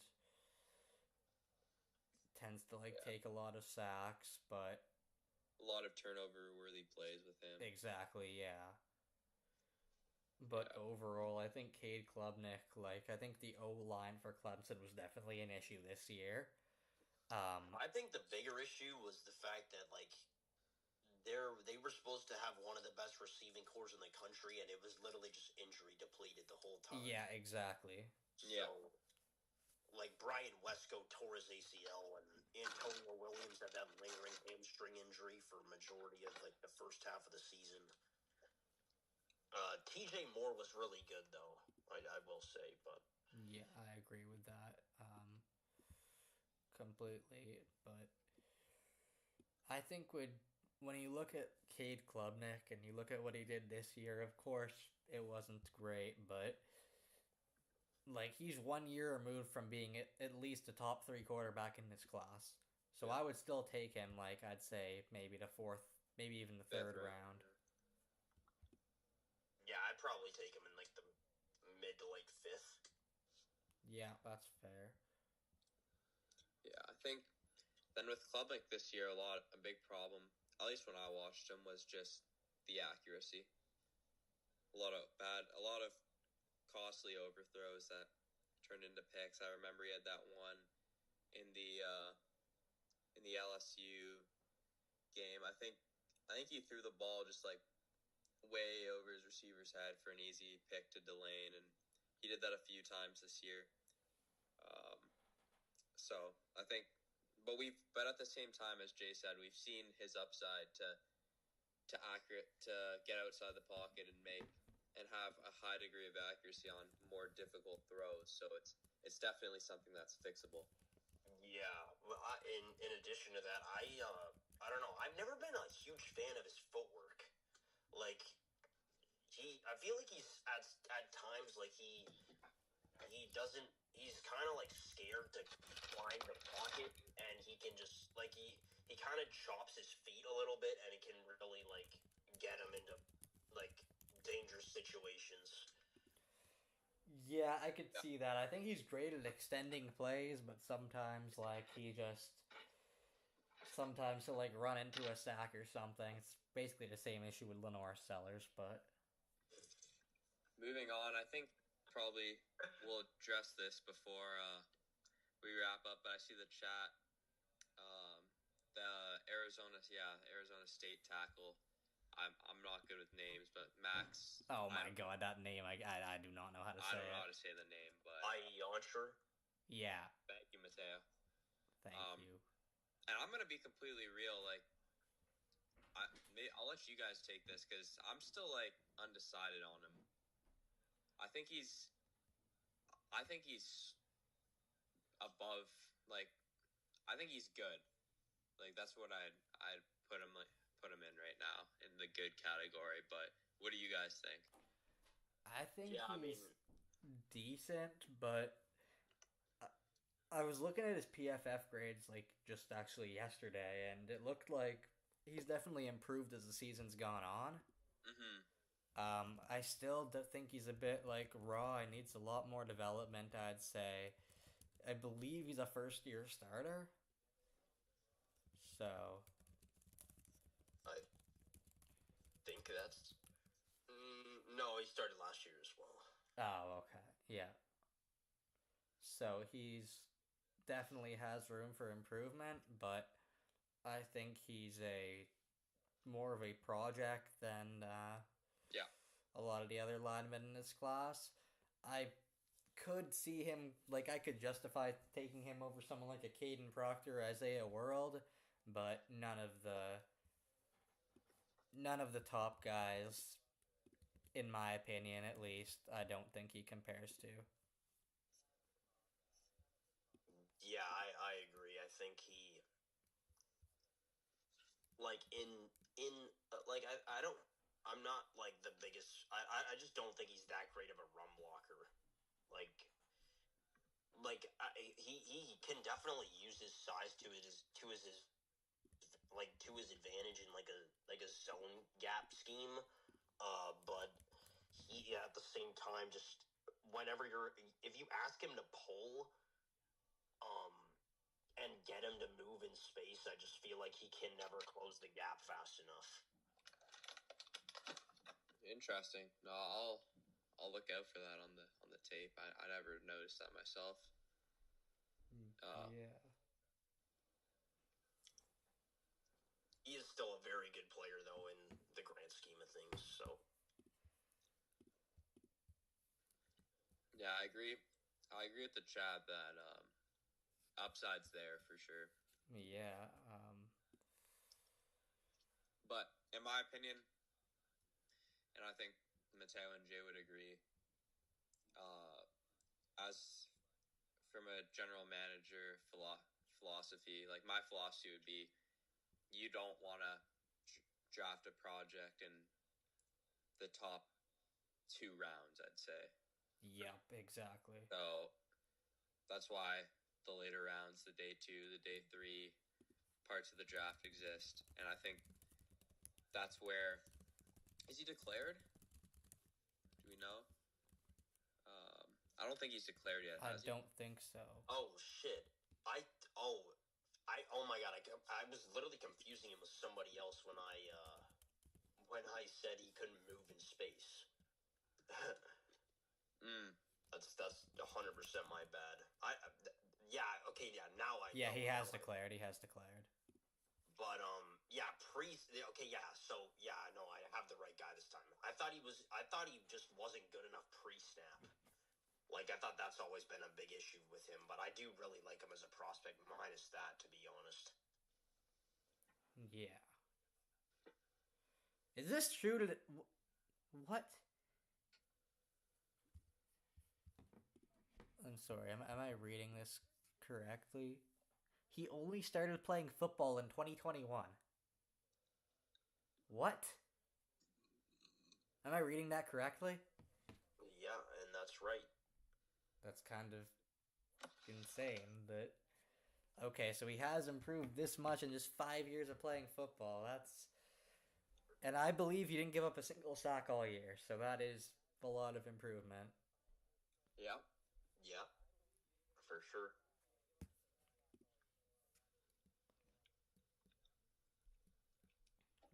Yeah, I might have to raise him on my big board, but Yeah, you've been convinced. yeah. I think I have been too, judging where I have him at right now. But Yep. Think that's all the sleepers that we had in the chat. So we got one more actually. all right, after this one, we should probably. Yeah, all right, yeah. Yeah, I agree with Abby and Trotter. I think, yeah, he's a guy who we didn't always have him on the board, right? We added him. No, we didn't. Josiah Trotter? Yeah. Yeah, I did not think he would declare. But yeah, because he has years left, right? He does have a couple years left, I believe. But he did declare, yeah. But yeah, I did like what I saw of this guy. I think he could be like a 4th, maybe a 3rd round pick. Like, I think PFF had him as one of the top graded linebackers. He, like, just looks really,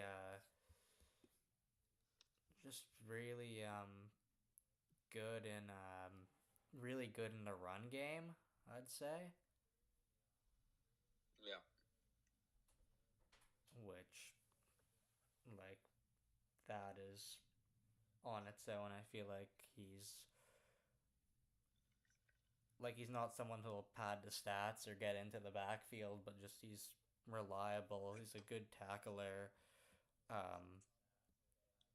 There was one issue I had with him, though, and that I believe was, I might be confusing him with someone else, but I believe that was just in coverage. He struggled at times. I thought he had, I mean, it could be wrong, but it was 32. Didn't he have multiple dropped interceptions? Yeah, I think he did. But he was 27 for 32 against receptions. Which I get it. He's a linebacker, but still. Is that not a bit concerning? Yeah, no, definitely is. But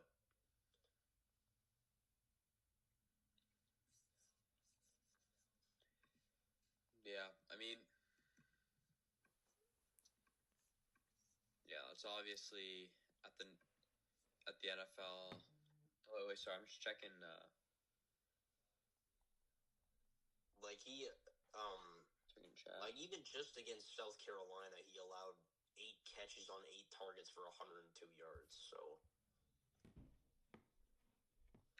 Yeah, which obviously,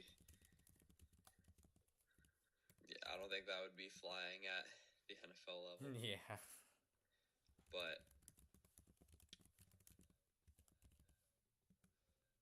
then Abby said 13 TFLs? What? no Oh, tackles. yeah, I read that wrong. I was actually. well, yeah, he would. The thing with him is he's consistently showed up in the run, like Yeah. she just I said. mean, to be fair, South Carolina could never run the ball.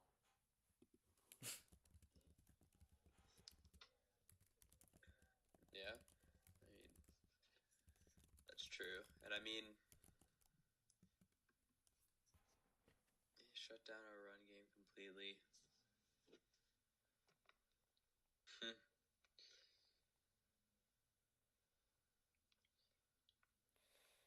Yeah, I think that was the game when I just realized how terrible your O line was. No, I will say to that point, not only I don't know how much of this was. Well, I mean, this is kind of Lenoris the whole year, but I do remember specifically against. I don't think I was able to watch the entire game, but I do remember it wasn't only just the running back, like the running backs that got shut down, but I remember Lenoris Sellers had like minus 30 rushing yards at some point in that game. I'm pretty sure it was like something crazy. So I can definitely see that point that that the South Carolina run game got shut down even more than usual. So respectfully, but no, I could have sworn that game I saw like Al Sellers negative 35. Yeah. Yeah. I mean, he finished with 18. But... Did he? Yeah, okay. I remember in the first half, I could have sworn I checked that rushing total, and it was like negative 35 rushing yards. Norris played. Look at the. Oh my god, the penalties! That was so funny. They had like 30 penalties that game. Wait, actually checking this.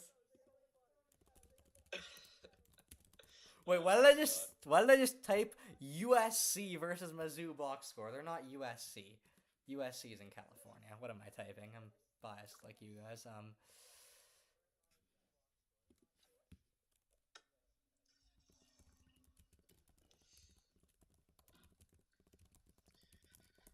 Yeah, so very. So yeah, in that game, penalties, 14 for 98 yards. Sorry, what was that? 98 penalty yards that game. South Carolina had. Wow.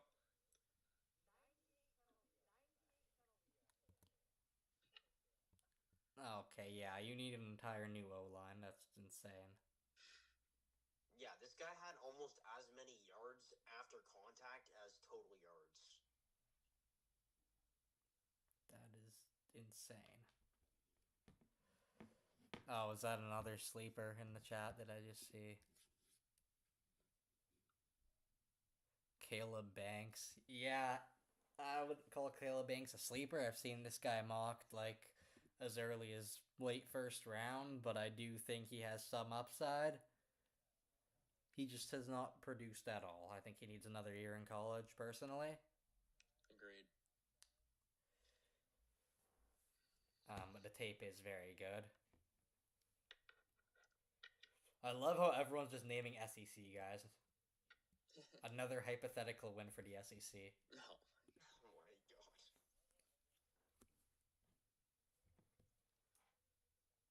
At the same time, though, in our sleeper players who weren't really given any SEC shouts, so No, in the chat, it's just too many SEC players. No, oh yeah, you're saying we don't. All of our sleepers were in SEC, so we got to balance it out, you know.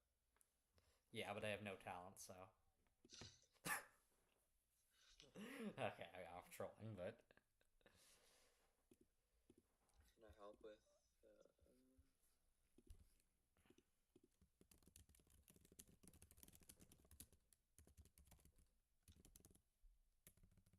I'm going back to chat. Yeah, good thing. Yeah, okay.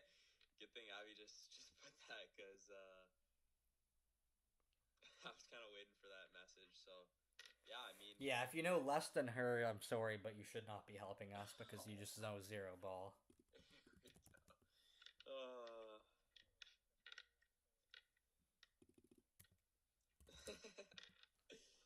yeah.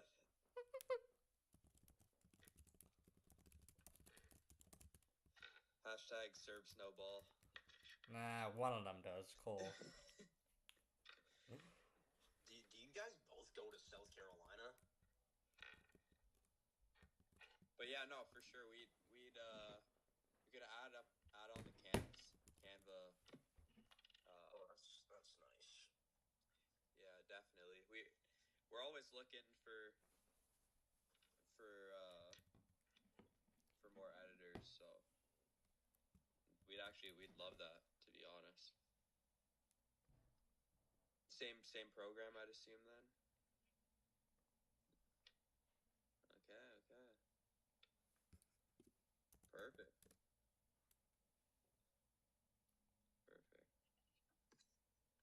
Yeah, I think how we no, we do have I think we have her on the Canva with Abby. So yeah, I mean, by all means, if we got a lot of players to get through for the draft. So if they're ones that, like you were saying with Caleb Banks, who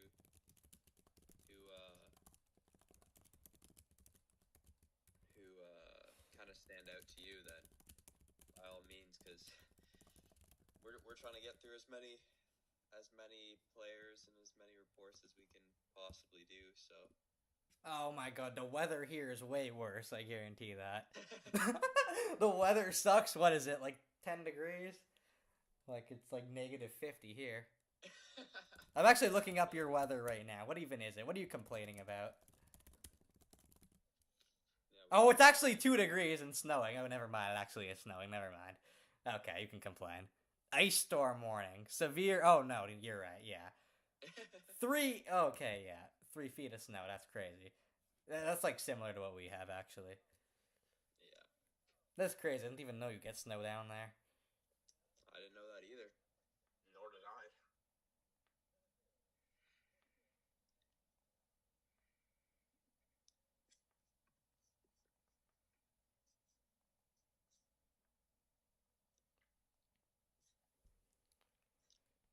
Yeah, but to answer Kalen's question for sure, I mean, I think we Kalen have the whore? Oh, my bad. Bro. Caitlin. I thought you said Kalen the boar. What the fuck? I thought you said Kalen the boar.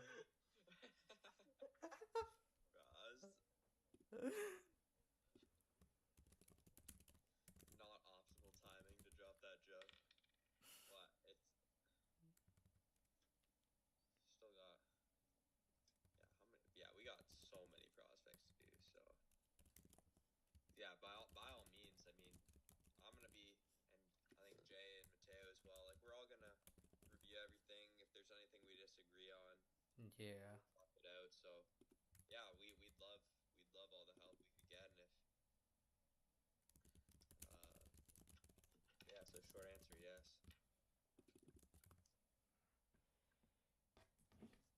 All right, great. I think that's all for now. We'll definitely be back sometime else in the off season to discuss the portal, discuss recruiting, discuss our top 25 for this upcoming year. Yep. And I will say, I think, yeah, if I think Kalen can definitely, and Abby, if they want to do SEC players, Yeah, I mean, I can be on now as well.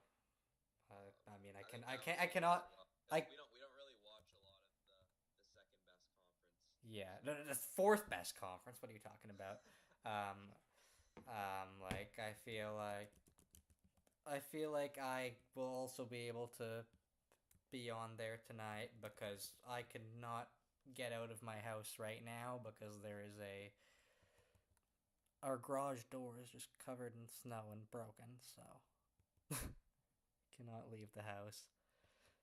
Tell me know when that happens in South Carolina. But yeah, I mean, I depending on where I am next year, I might get the chance to maybe go to Columbia for a game. So that would be great. You could troll them once they go down 30 at half and everyone's leaving.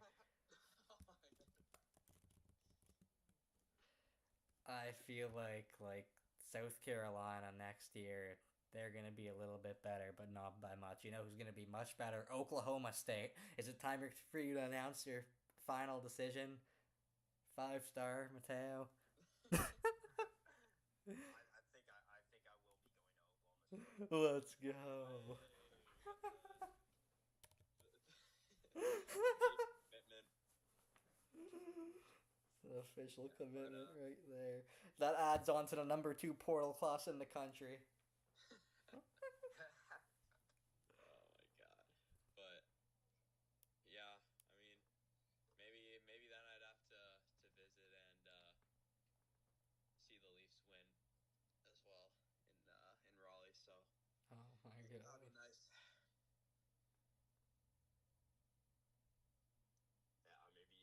Yeah, maybe catch a Hornets L. No, I'm trolling. What did you say? Catch a Hornets L. Oh Another my buzzer god. beater. I heard something completely different, but Yeah, you don't need to tell us. What yeah, I'm not going to. Yeah, I think we know what you're thinking, pal. No, it's not even that. It's I think this officially ends the first off-season podcast slash stream slash whatever it is. Thank you to all viewers who tuned in, and we'll catch you on the next one. thank you to all viewers outside the state of South Carolina. Catch you on the next one. Peace and go Bucks.